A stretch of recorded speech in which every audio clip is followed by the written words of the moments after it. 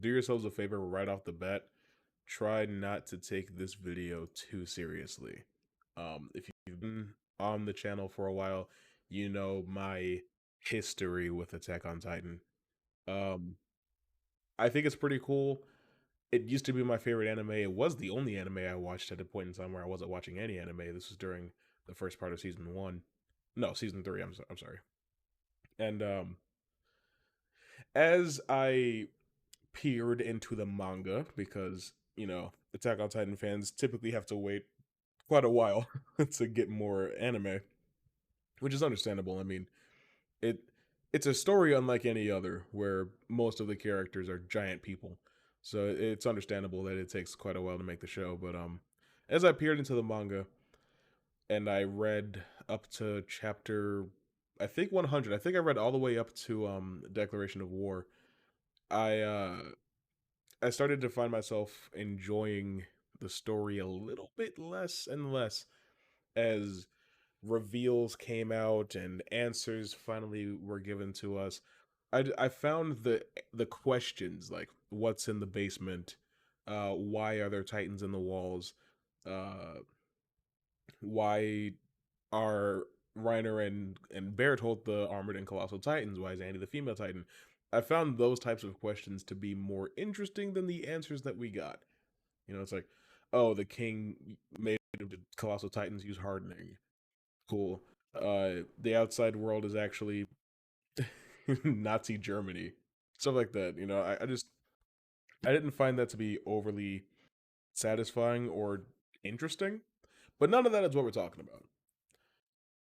I like to make fun of Attack on Titan now because regardless of how much I do or don't like the show, the internet and Attack on Titan fans as a whole are way too sensitive about other people's opinion of the show. I have never said one bad thing about Attack on Titan here on the channel. Even what I just said, I'm not saying the show is bad for the things that I don't like. I'm just saying I don't like them. But if you're somebody who harasses people because they have a different opinion than you, or if you uh, harass Mappa because they didn't show Eren putting on his jacket from the right angle, according to you, or something like that, then you're one of the worst types of people. And I'm going to make fun of your show because of it. So today, we're going to be talking about whether or not Eren Jaeger is still a good guy. A few months ago, I did a video about him as a protagonist and why I didn't really like him. And it mostly boiled down to he does not feel like he has any agency. And what I mean by that is I understand that he is meant to be a surrogate character. We see the world through his eyes. Our knowledge and understanding of the world of Attack on Titan expands and grows at the exact same rate that his does. We get information when he gets it, with the exception of a couple of things. Like we learned the Ackerman family history separate from him learning it, stuff like that. But as far as like there being titans in the wall and the whole thing about him getting the attack titan and founding titans from his father, uh the outside world, Marley existing as a whole, all that stuff, we learn these groundbreaking perspective shifting things about the show or about the world at the same time he does, especially Bertolt and Reiner being the colossal and armored titans. That was a huge reveal. When I read that, I was like, hey yo. I'm not gonna lie though, it did get spoiled for me by a drawing somebody made. It showed all 5 of the main shifters, and I was like, okay. But when I read it, the reveal was still really interesting. Eren is definitely built to be the lens through which we view the setting of Attack on Titan. And I totally respect that. I admire that actually. And it's not a problem. There's plenty of other anime characters that have that same role. I'm sorry. Have that same role, like Yuji Itadori. Uh I think even Naruto Uzumaki counts. Ichigo Kurosaki. I would say Goku, but there's a lot of stuff that we learn about the universe of Dragon Ball Z while Goku's not even in the fucking story. So I don't think he counts in the same way. Um, Tanjiro Komada, I think his name is. Also a really good surrogate character. None of that stuff makes Eren bad. I just rewatched season 3 because there was some stuff that I couldn't remember going into season 4. Um he is not in a good chunk of the first half. If you were watching Attack on Titan as it came out, then you started watching it in 2013 or 2014 if you watched the dub. Uh you watched season 2 in 2017, you watched part 1 of season 3 in 2018, and then part 2 of season 3 in 2019. Eren does nothing for 10 of the 12 episodes of the first part of season 3. He gets captured and he finds out his past. He learns about where he got the attack titan from, and then he hardens, which gives everybody the plan to go back to Shigachina and retake Wall Maria because he can harden and plug up the wall. He uses hardening to protect his friends, and then he throws explosives into Rod Rice's mouth. That's it. That is all he does for the first part of season 3.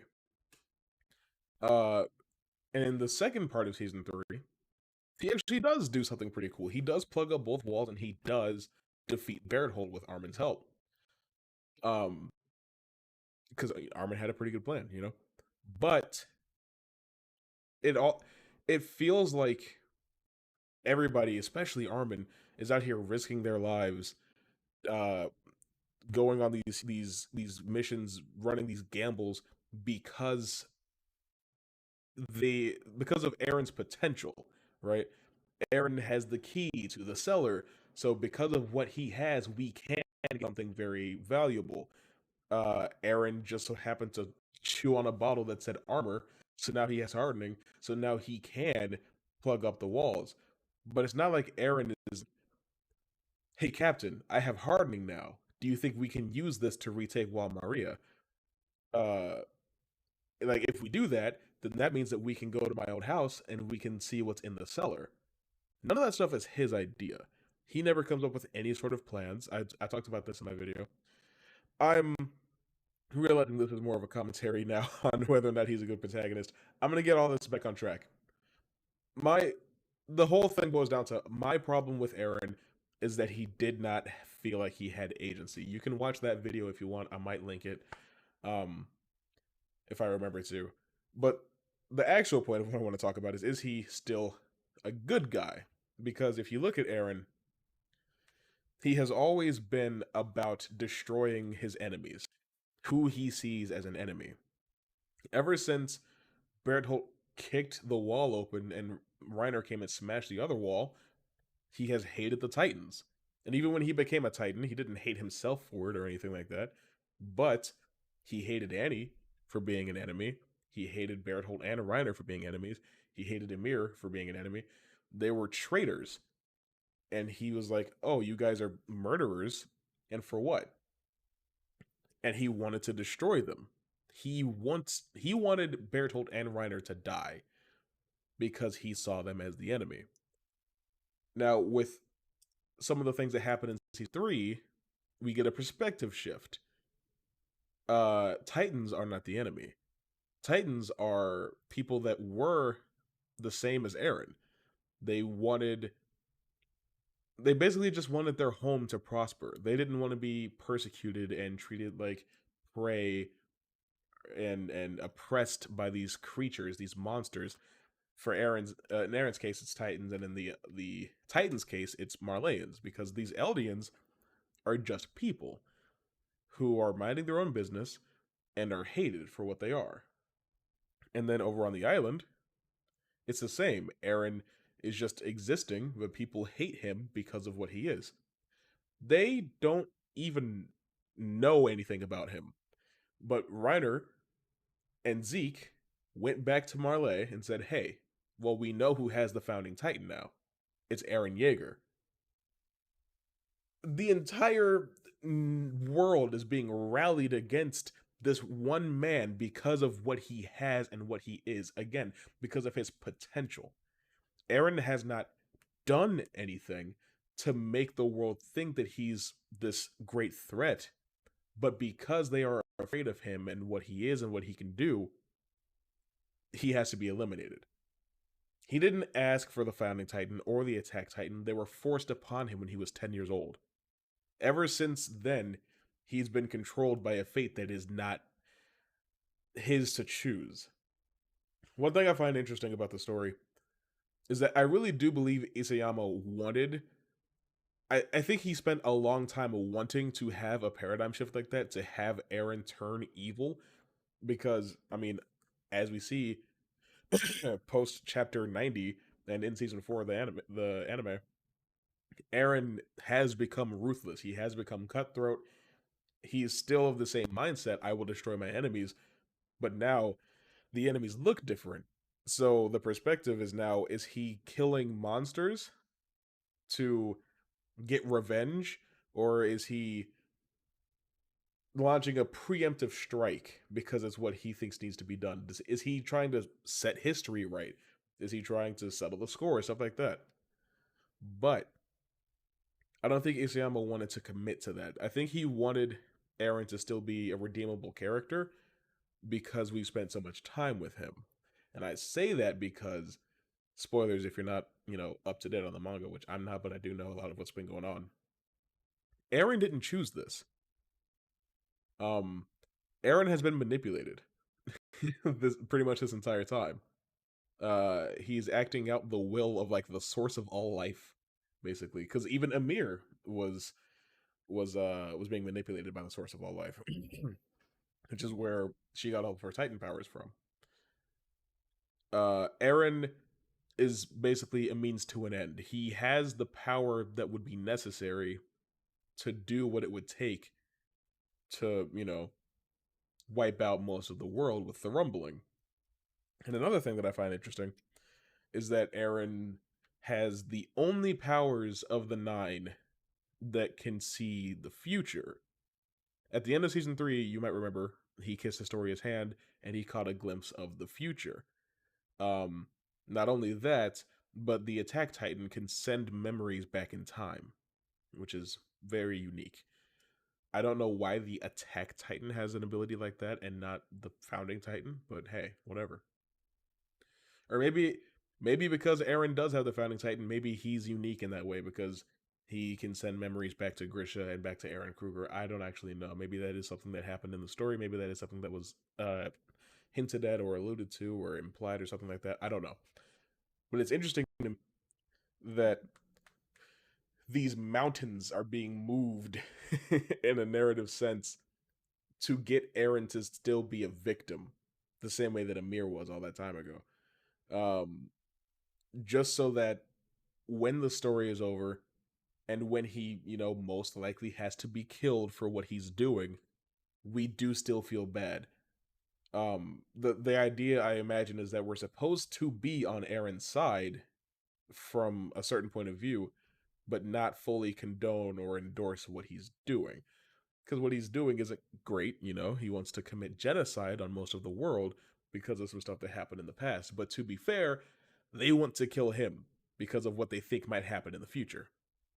So it's kind of, if Marley hadn't been so damn paranoid about the Attack Titan and Founding Titan not being under their control, and they'd focused on other ways to beef up their military apart from just the 9 Titans, then Eren would have never been a threat. None of this would have ever happened. They brought this on themselves, but possibly Eren is still being quite extremist and taking things to a level that they don't need to be taken to, and could therefore be seen as the villain of the story. Um, Now I looked at some of the leaks of the final chapter of Attack on Titan. It would appear that Eren was trying to pull a Lelouch and unite the world against him in order to bring about peace. That feels kind of cheap to me. I really wish that the story had just committed to Eren being this cruel, cold-hearted monster for his people and his people alone. This island is his home. These people are his family. This is all he knows, all he cares about.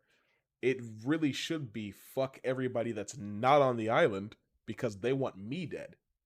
But me and my friends, I'm going to take care of. Because then you could say he's a bad guy.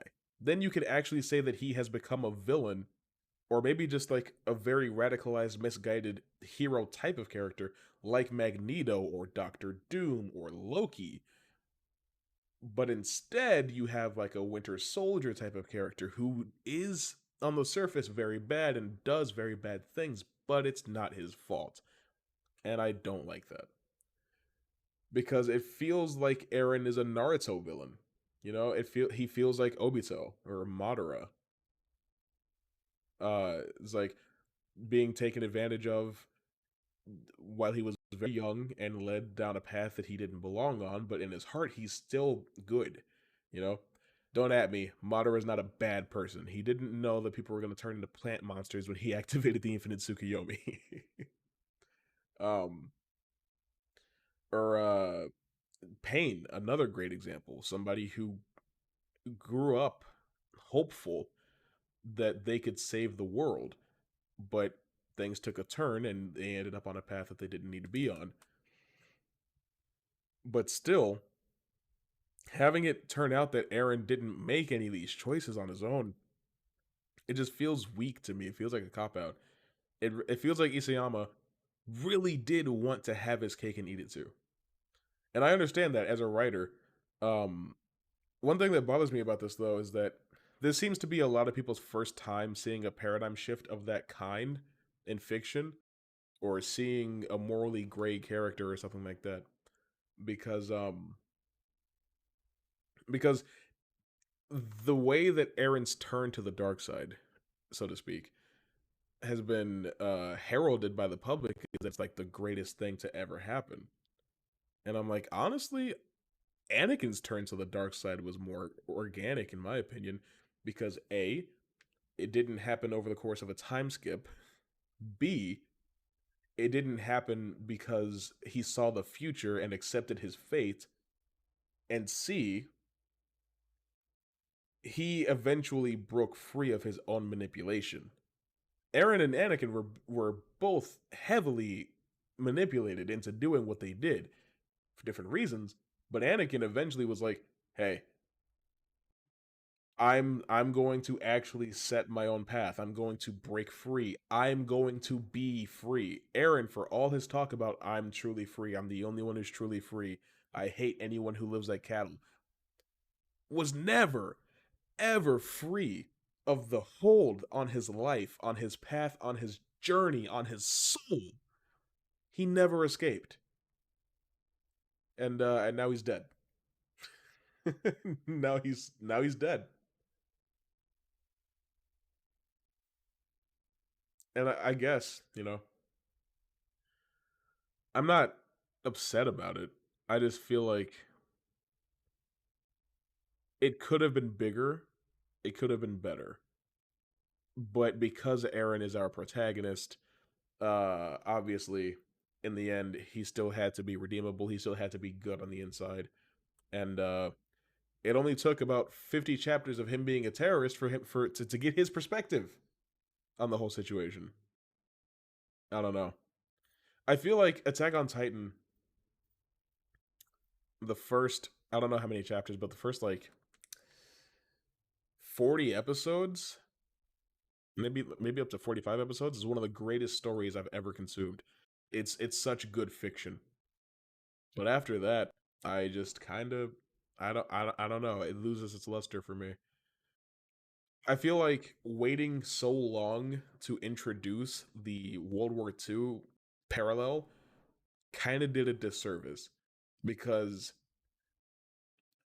you don't hear the word Eldian until you're 3 seasons deep. And then the entire rest of the story has to do with things happening because the characters are Eldian. Like to compare it to like to compare it to Star Wars again, I guess. Imagine imagine episodes 1, 2, 3, 4, 5, and 6 came out chronologically, right? And you never hear speak of the chosen one or the prophecy or balance to the force or any of that stuff until halfway through episode 5. And then the entire rest of episode 5 and episode 6 is all about like Luke paying for these sins because his father was the chosen one, and Luke being the one to bear the burden of having to bring balance to the force and all this stuff. It's just, if all of this stuff is so important to the history and the world that this show takes place in, why did it take so long to come up and to become relevant? It's it just feels like some of the things that happened in seasons 2 and 3 could have happened during season 1. Berthold, Reiner, and Annie were on Parody Island for 5 years, and they had not reported back to Marley. For all they knew, back on the mainland, those kids fucking died. But they just didn't do anything. Like they didn't like send help until a couple of months had gone by. After Annie was I mean, why did Zeke show up in season 2? Berthold and Reiner didn't even know that Annie had been captured. At least not yet. And they still don't know that she's in a crystal to this point in the anime. I don't know if, well, Berthold is never going to find out. I don't know if Reiner finds out. Manga, actually. I don't know. This has become not so much about whether or not Eren's a good guy. Yes, Eren is still a good guy because Isayama doesn't have what it takes to make him a bad guy. And that's really what this whole thing boils down to. I just wasted a lot of your time. I'm sorry. Anyway, Attack on Titan, pretty cool, right? I think so. Anyway, see you later.